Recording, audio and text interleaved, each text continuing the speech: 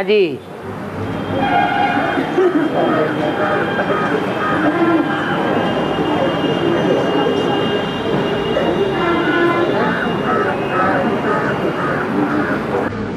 जो ज्ञानी मर्ज होगा, जो ज्ञानी मर्ज होगा अंत में सब में एक जैसा रहेगा कि कुछ नंबर वाला। जिसने जितना याद किया होगा उतना ज्ञान इमर्ज होगा।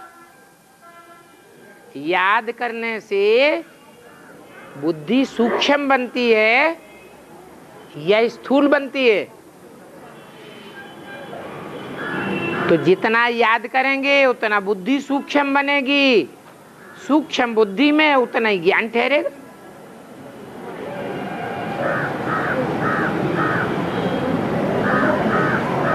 और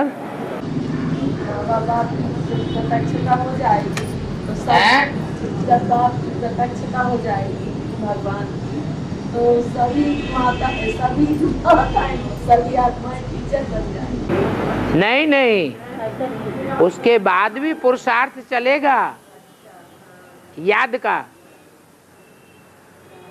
लक्ष्मी नारायण का पुरुषार्थ संपन्न होगा कि सबका हो जाएगा।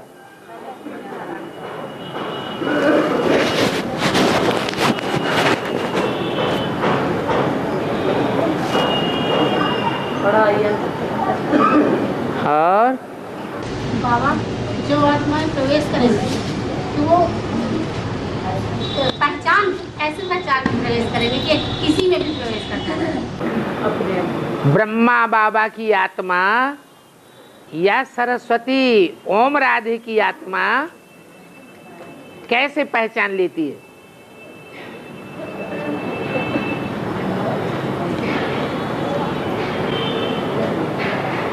ये तो जन्म जन्म का 63 जन्मों का हिसाब किताब है।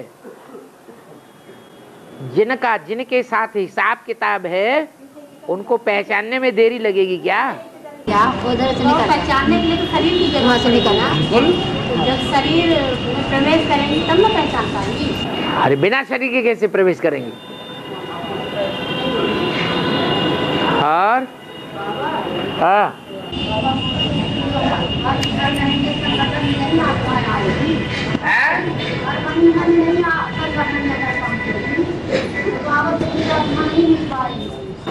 अरे गीता पाठशाला तो है, वहां क्लास करो।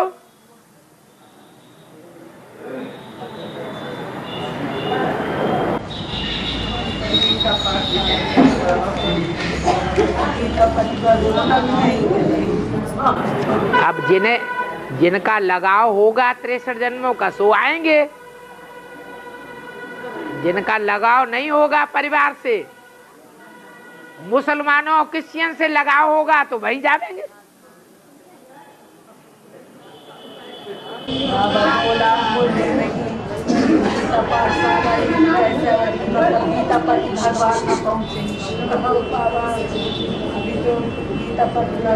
और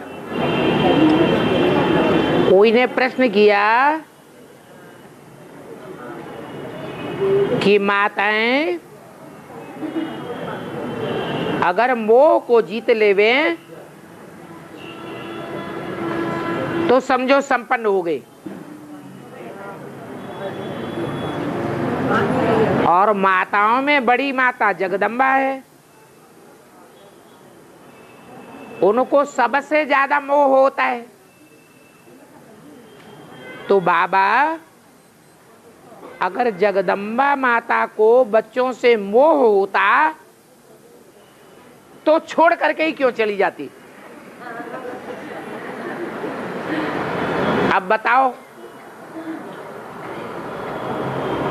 जगदम्बा माता को जगत के सभी बच्चों से मोह होगा कि सिर्फ भारतवासियों से ही होगा? है? तो फिर दूसरे बच्चों को देखेगी नहीं? ये कहते हमको ही देखो। अरे तुमको ही देखने वाली भारत माता होगी, वो एक बार पकड़ लेगी तो कभी छोड़ेगी नहीं। और वो तो जगत माता है, क्रिश्चियंस की भी माता है, बौद्धियों की भी माता है, इस्लामियों की भी माता है। तो नंबरवार छोटे छोटे बच्चों को ज्यादा देखेगी या बड़ों को ही ज्यादा देखेगी? अरे दुनिया में भी क्या होता है, बच्चे बड़े हो जाते हैं तो माता उनको ज्यादा ध्यान देती है या छोटे बच्चों को ज्यादा ध्यान देती है? तो देखी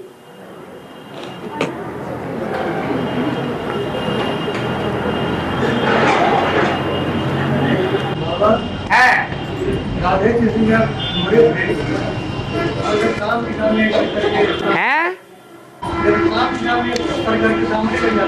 काय में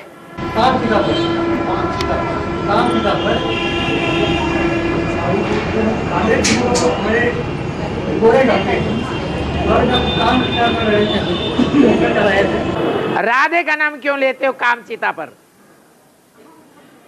राधे कामचिता पर चढ़ती है क्या? अरे राधे को काला दिखाते हैं क्या?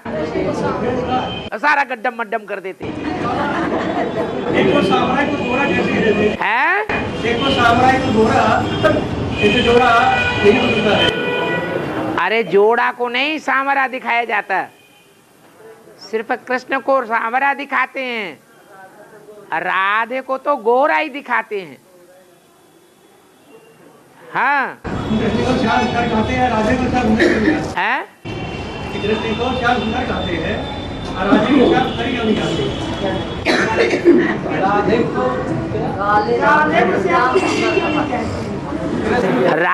राधे पतित बनती नहीं, वो तो रानी है जन्म जन्मांतर की। भारत की रानियां पतित बनी है कि राजाएं पतित बने? कौन पतित बने? राजाएं पतित बने हैं तो वो ही काले बनते हैं, और रानियों ने तो जौहर कर दिया, कोई छू भी न सके विधर्मी। तो पतित की पतित रहती हैं या पावन ही रहती हैं? इसलिए उनको ज्यादा ज्ञान की जरूरत है या नहीं है? जो ज्यादा गंदा कपड़ा होगा उसे जल की ज्यादा जरूरत होगी। तो ये एडवांस में जो बैठे हैं पहले से, वो ज्यादा गंदे हैं या राधा और राधा का कुल ज्यादा गंदा है? राधा को भी समेट लिया। हाँ, और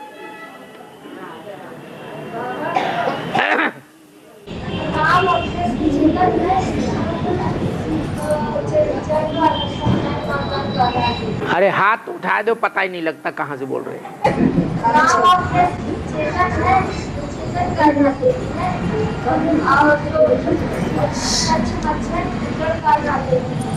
कचमत, हाँ, तो इसका अर्थ चाहिए। हाँ, जल कहते हैं ज्ञान जल को। जो रामकृष्ण वाली आत्माएं हैं वो धरणी का आधार लेते हैं। धरणी माने कन्याएं, माताएं। वो जानते हैं कि माता गुरु बगैर हमारा उद्धार नहीं है। और जो विधर्मी हैं, जानवर बुद्धि हैं, भगवान को नहीं पहचानने वाले हैं, वो अहंकार में आ जाते हैं। हम ज्ञानी हैं, शिवो हम। इस दुनिया में हमारे अलावा साकार में भगवान कोई भी नहीं। क्राइस्ट है तो समझता है हम ही साकार में भगवान हैं, इसके अलावा कोई साकार में भगवान होता ही नहीं। इब्राहिम भी ऐसे ही समझता, बुद्ध भी ऐसे ही समझते। जितने भी धर्म पिताएं हैं विधर्मी, वो सब ज्ञान के अहंकार में रहते हैं, जबकि ज्ञान भी उन्होंने भी कहां से लिया? संगम में भगवान बाप से लिया। उनको अहंकार आ जाता है, और हमको भारतवासियों को अहंकार नहीं आता।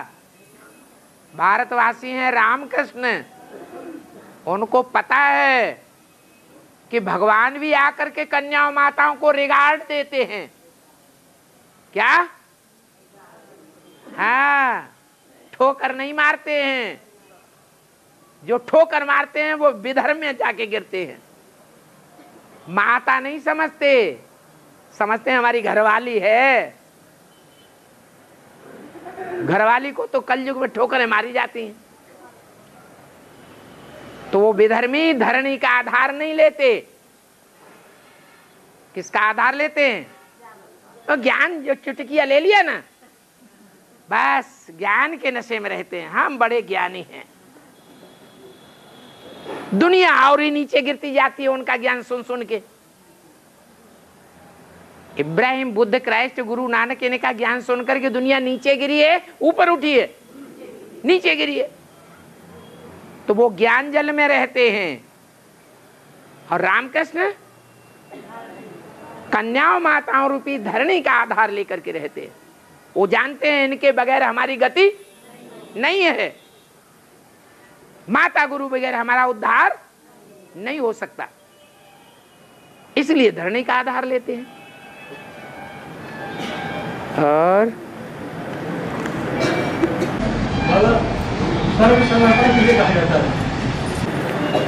सर्व समर्पण कहा जाता है। तन, मन, धन, समय, संपर्क, संबंध सब स्वाहा, सब ईश्वरीय सेवार्थ।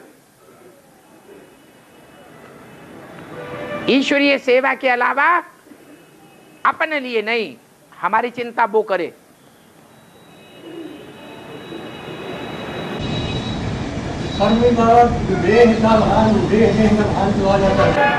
देहभान आ जाता है तो देहभान को मिटाने के लिए तो कहा कि अपन को क्या समझो? आत्मा समझो तो देहभान मिटेगा। Practice makes a man perfect. Gita में भी यही बात कही है, अभ्यास है न तो योग्य।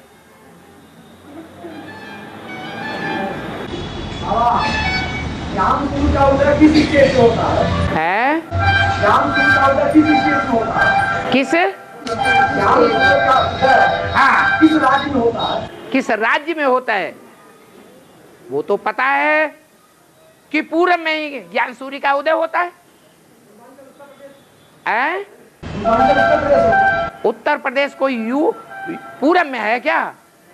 पूरब में बंगाल है, जिसके लिए अव्यक्त वाणी में बोला।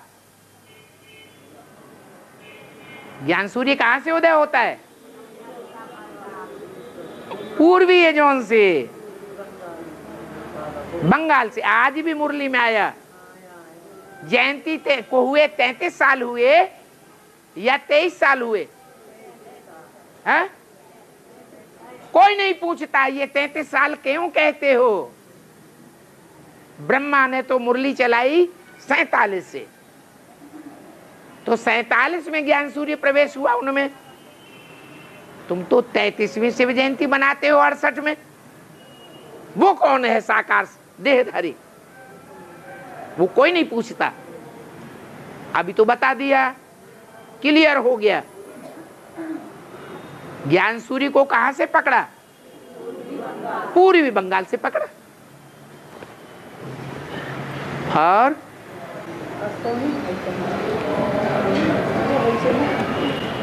और अभी भी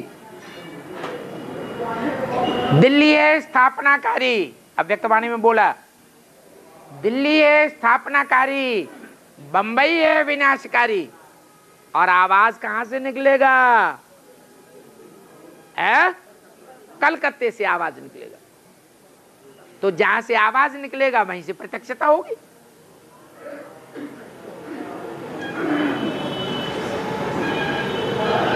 और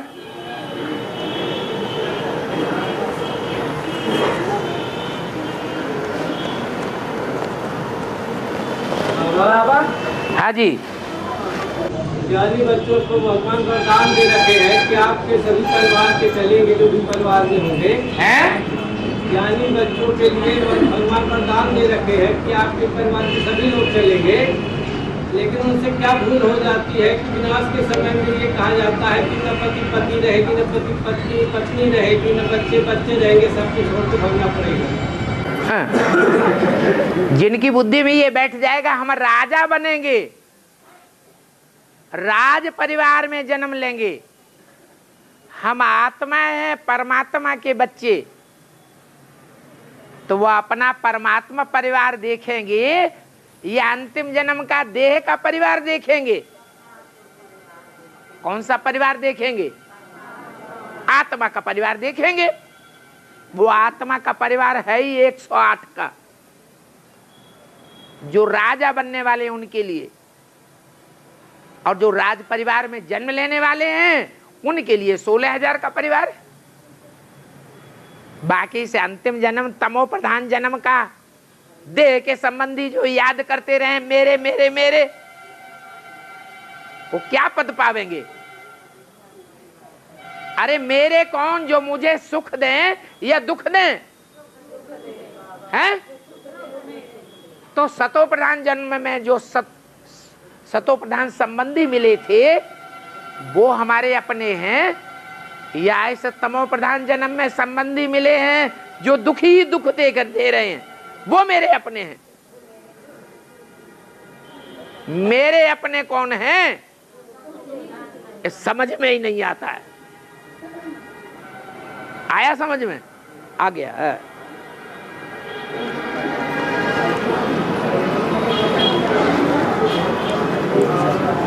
और बाबा है शंकर प्रिय मम द्रोही, शंकर प्रिय मम द्रोही है और शिव द्रोही मम दास, ते नर करही कल्प घोर नरक निवास। है। इसका मतलब यही हुआ कि राम भगवान के रूप में दिखाया गया है रामायण में। जो भगवान के रूप में राम दिखाया गया है वो भगवान कह रहा है, राम नहीं कह रहा है। कहने वाला न कृष्ण है गीता में, न कहने वाला राम है रामायण में, कहने वाला भगवान है। वो कहता है कि शंकर की पूजा न करी, शंकर को मान्यता न दी तो मेरी प्राप्ति नहीं हो सकती।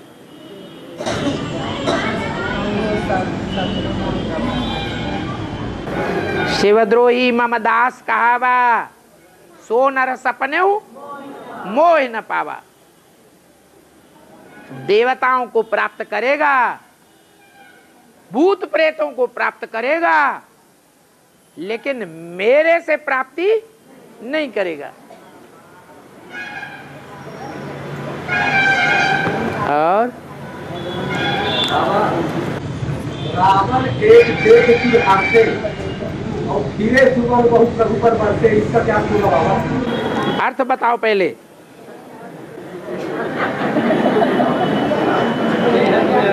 तुम्हारी वाणी पहले अर्थ तो बताओ अपनी वाणी के, जो याद किया है घोटा है। रावण को जो देख करके हाँ जो माने देवता होते हैं वो हंसते हाँ फिर माने फिरे सुबह बहुत प्रभु पर बरसे, हाँ माने फिरे सुबह हाँ बहुत प्रभु पर बरसे, हाँ। इसका अर्थ क्या होगा?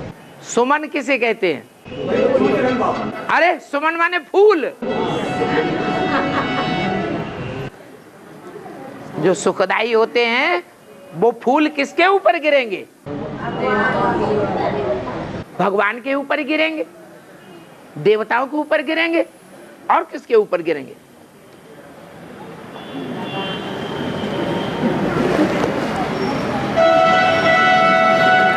है। और अरे माता जी कुछ पूछ रही थी, बोलो। बाबा एक काली है, एक महाकाली।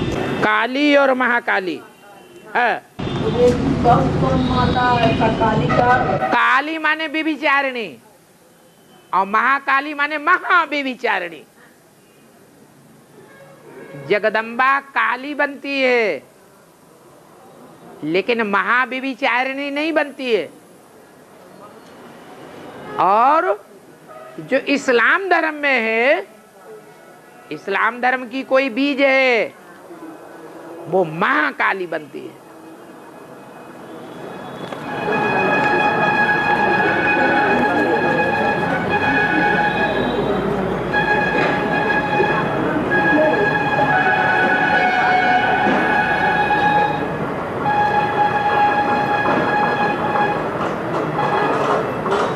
बाबा का क्लास ज्वाइन करने के बाद कोई शिवालय या मंदिर में पूजा अर्चना के लिए जाना चाहिए या नहीं?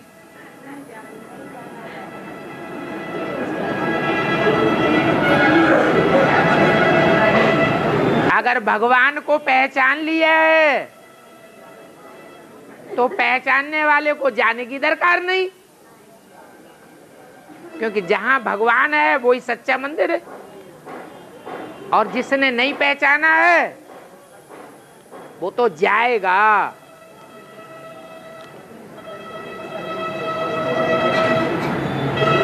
इसलिए किसी को भक्ति करने के लिए मना नहीं करना है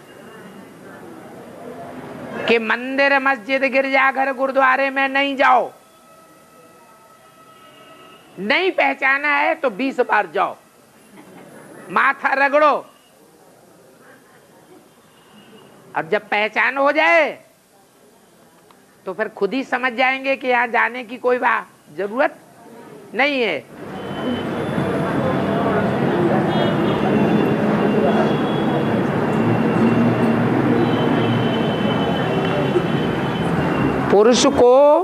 पुरुष का जीवन,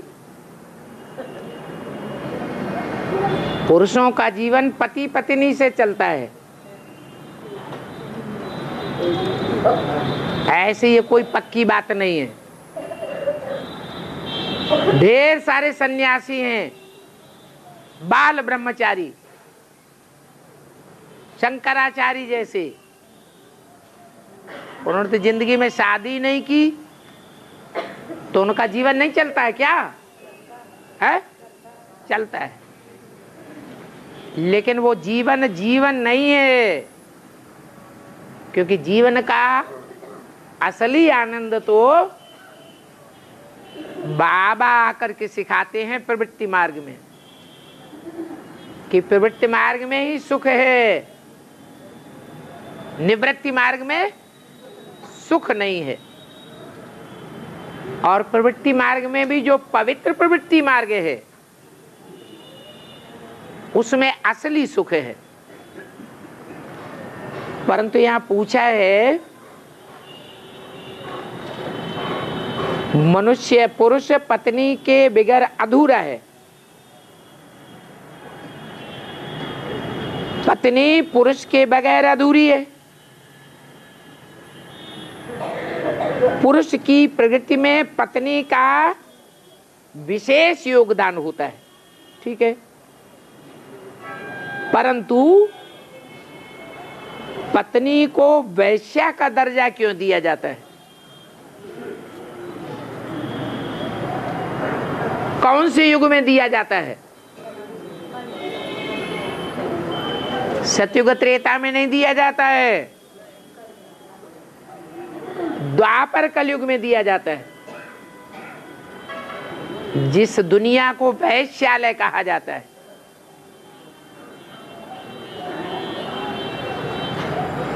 क्यों दिया जाता है? क्योंकि कलयुग में कन्याएं माताएं अबला हो जाती है, पुरुष उनको अबला बनाते हैं।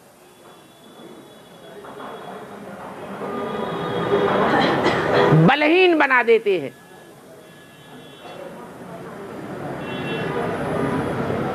कन्याएं माताएं चाहें तो प्रबल बन के रह सकती थी,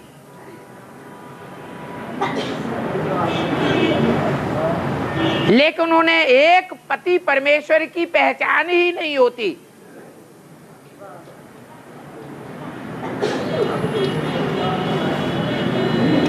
जो शक्तियों को शिव शक्ति बनाने वाला है, बाकी पुरुष तो स्त्रियों को नीचे ही गिराते हैं द्वापर कलयुग में।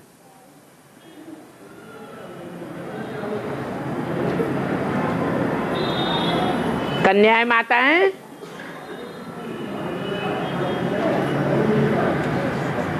बलहीन बनती हैं इम्प्योरिटी के कारण।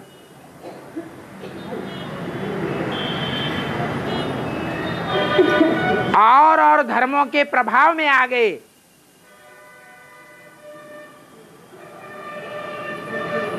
और प्रभावित होने के कारण कन्याओं माताओं ने द्वापर युग से जो और धर्म आए उनकी संस्कृति को अपना लिया। और धर्मों में तो वैश्यावृत्ति की खुली छूट है, क्योंकि उनकी तो जनरेशन ही नहीं होती। अपनी जनरेशन को बढ़ाने के लिए वो वैश्यावृत्ति को तरजीह देते हैं। ज्यादा बच्चे पैदा होंगे तो हमारे धर्म की आबादी ज्यादा बढ़ेगी। उन और धर्मों की तो आबादी नहीं दुनिया में होती है। इस बात को भारत की कन्या माताएं नहीं पहचान पाती,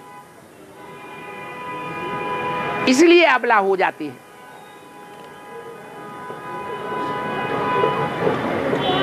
आज भी देखा जाए तो विदेशी संस्कृति को कन्या माताएं तेजी से अपनाती जा रही है।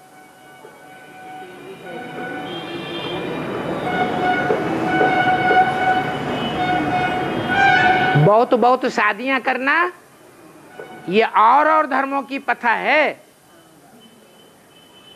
भारत की प्रथा नहीं है, भारत की परंपरा नहीं है। भारत में पवित्रता को विशेष तरजीह दी जाती रही।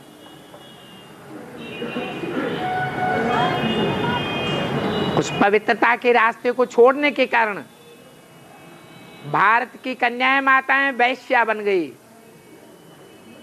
आज घर घर में वैश्यालय खुला हुआ है। मुरली में बाबा ने ऐसे बोल दिया। ढेर के ढेर संबंध बने पड़े हैं, सब विकृत हो गए।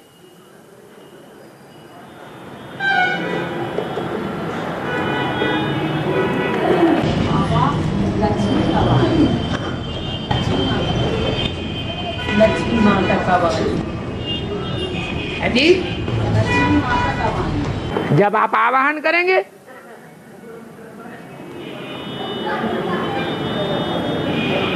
आप बाबा का आवाहन ज्यादा करते हैं या लक्ष्मी माता का आवाहन करते हैं? फिर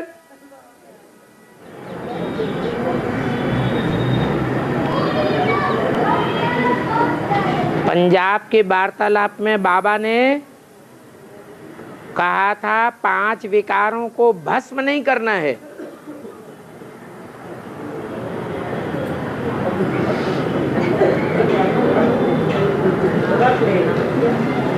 उनका रूप परिवर्तन करना है। शंकर के लिए गायन है कि उन्होंने कामदेव को भस्म किया। तो क्या सतयुग त्रेता में कामदेव नहीं था? उन्होंने वरदान दे दिया, होय है कामानंग।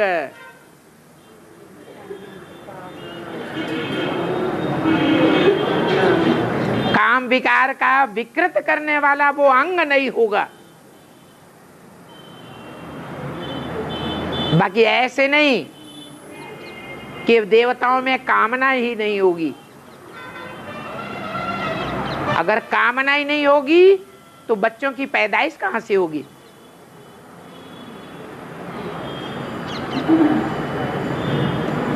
इसलिए बोला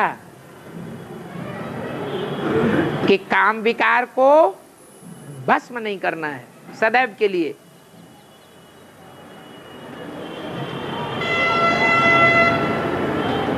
शुद्ध प्यार के रूप में परिवर्तित कर देना है। क्रोध को भस्म नहीं करना है।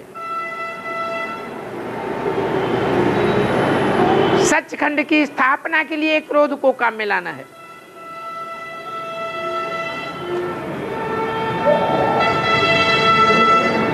लोभ को भस्म नहीं करना है। विश्व की बादशाही का लोभ काबिज रखना है।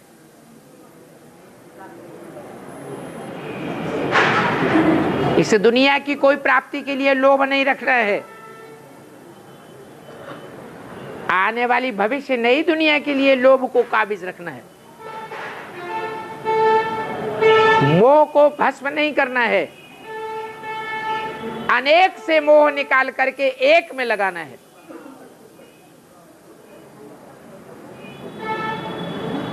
अहंकार को भस्म नहीं करना है। सिर्फ देह का अहंकार भस्म करना है। आत्मा का अभिमान कहा जाता है, अहंकार नहीं। वो स्वाभिमान है, उसको काबिज रखना है।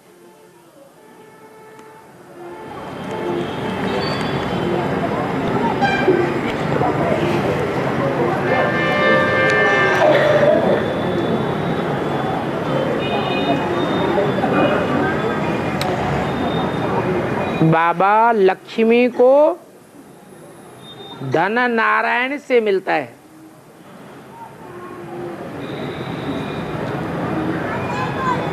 तो लक्ष्मी के बिना जगन्नाथ धनहीन क्यों हो जाता है?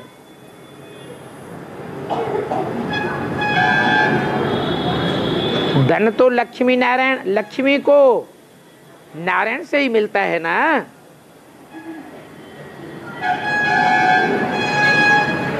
तो लक्ष्मी को धनहीन होना चाहिए। अब कौन से धन की बात है, सो पूछने वाले की बुद्धि में नहीं है। ज्ञान धन की बात है ना। वो स्थूल धन और स्थूल खाने पीने की तो बात ही नहीं है। स्थूल भोजन की बात नहीं है।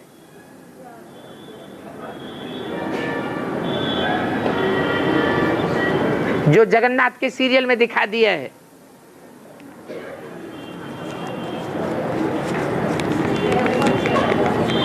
वो तो आत्मा के प्यार के भोजन की बात है। वो प्यार 16,000 से नहीं मिल सकता जो एक से मिलता है। इसीलिए मुरली में बाबा ने बोला, सो टू मैनी क्वींस का पहाका हो जाता है। क्या हो जाता है? बहुत ज्यादा रानियों का पहाका हो गया। बहुत ज्यादा रानियां होंगी, वो अच्छी परवरिश करेंगी या आपस में ईर्ष्या द्वेष करेंगी? ईर्ष्या द्वेष ज्यादा करेंगी, परवरिश कम करेंगी। ये बेहद की बात है। हद के धन की, हद के भोग की बात नहीं है।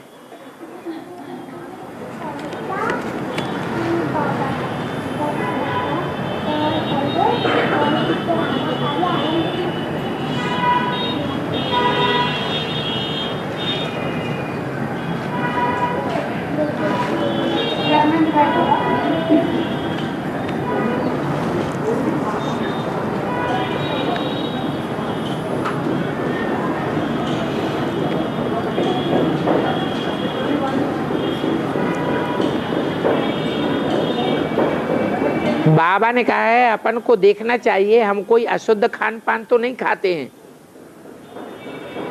पान भल खाओ, क्योंकि देवताओं के मंदिर में पान तो चढ़ाते हैं ना। तो पान भल खाओ। तो बाबा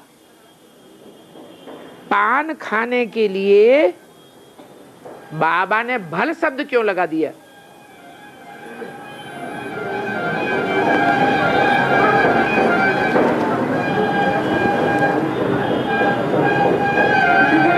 ऐसे क्यों नहीं कहा कि पान खाओ या पान खा सकते हैं? अब बाबा की बेहद की भाषा है, यह हद के पान की बात है। भगवान को, देवताओं को फल, फूल, पान, पत्ती चढ़ाते हैं। शिव के मंदिर में आक, धतूरे और गुलाब के फूल चढ़ाते हैं। तो ये स्थूल फूलों की बात है या बेहद की फूलों की बात है? तो यहाँ वो पान की तो बात ही नहीं है जो खा करके मुंह लाल कर लेते हैं।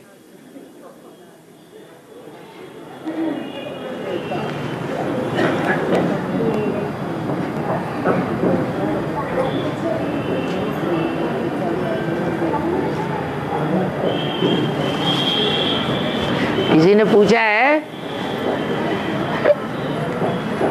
बाबा कहते हैं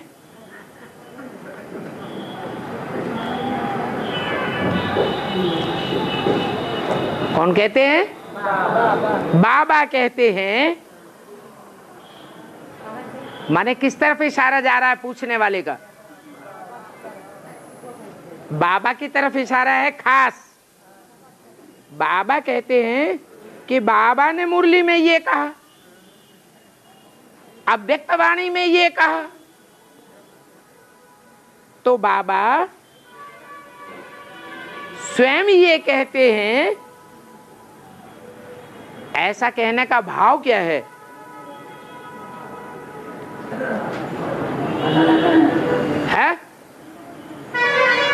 माने बाबा को कहना चाहिए मैं ये कहता हूं, मैं वो कहता हूं। ऐसे क्यों नहीं बोलते?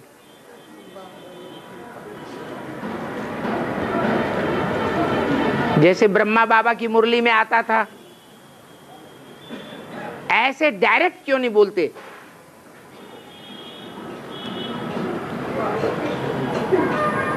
बताओ कौन बोलेगा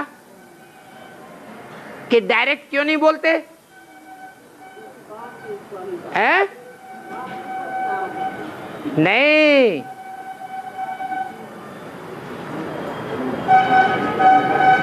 एक ही शख्सियत ऐसी है 500-700 करोड़ के अंदर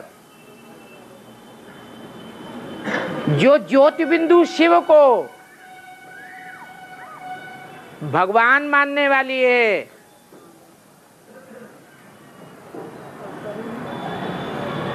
जब तक आखिरी जन्म में तमो प्रधान न हो जाए,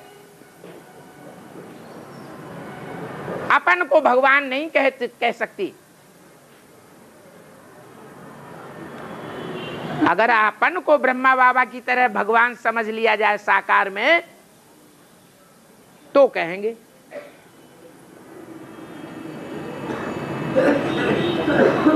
अभी गुप्त पाठ चल रहा है या अपन को प्रत्यक्ष करने का पाठ चल रहा है?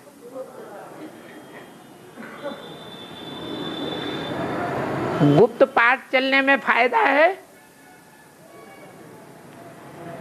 या प्रत्यक्ष करने में फायदा है? और जो स्वयं को प्रत्यक्ष करे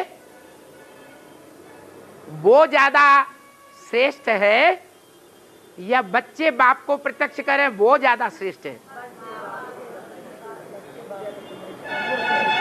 तो वो बाप ही क्या जो अपन को प्रत्यक्ष करे। बाप का काम है, मुरली में बोला है फादर सोज सन्स और सन सोज फादर। इसी बात में भलाई है। जब बाप अपने को प्रत्यक्ष करने लगेगा तो शास्त्रों में दिखाया है उसको बकरे का मुंह। प्रजापिता को काय का मुंह दिखाया है? बकरे का मुंह। ये तमो प्रधान पार्ट की निशानी है। काय का इंतजार कर रहे हो? तमो प्रधान पार्ट का इंतजार है या सतो प्रधान सतो सामान्य चाहिए?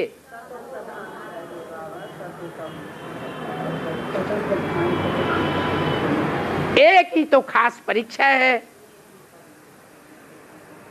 क्या? निश्चय बुद्धि की खास परीक्षा क्या है? निश्चय बुद्धि की खास परीक्षा किस बात पर निश्चय बुद्धि? तो बाप कौन है ये अंदर से समझने की बात है या बोलने की बात है?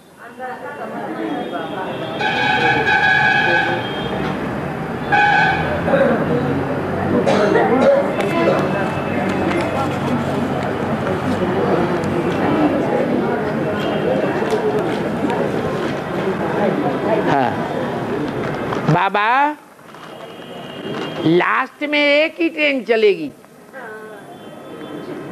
माउंट आबू में जाने के लिए। तो अभी जो जाकर के बैठ रहे हैं माउंट आबू में,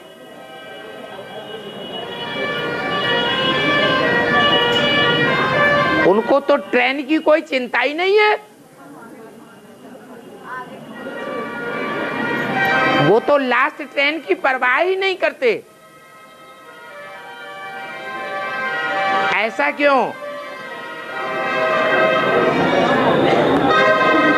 तो बाबा ने माउंट आबू में प्रॉपर्टी खरीदने के लिए बोला है या वहां जाकर के बैठने के लिए बोला है? हैं? सिर्फ खरीदने के लिए बोला है कि बैंकों में, कंपनियों में, इंश्योरेंस में, इंश्योरेंस कंपनी में या विदेशी बैंकों में पैसा डालने से अच्छा है कि माउंट आबू में जाकर के डालो। वहां बैठने के लिए थोड़ा ही बोल दिया।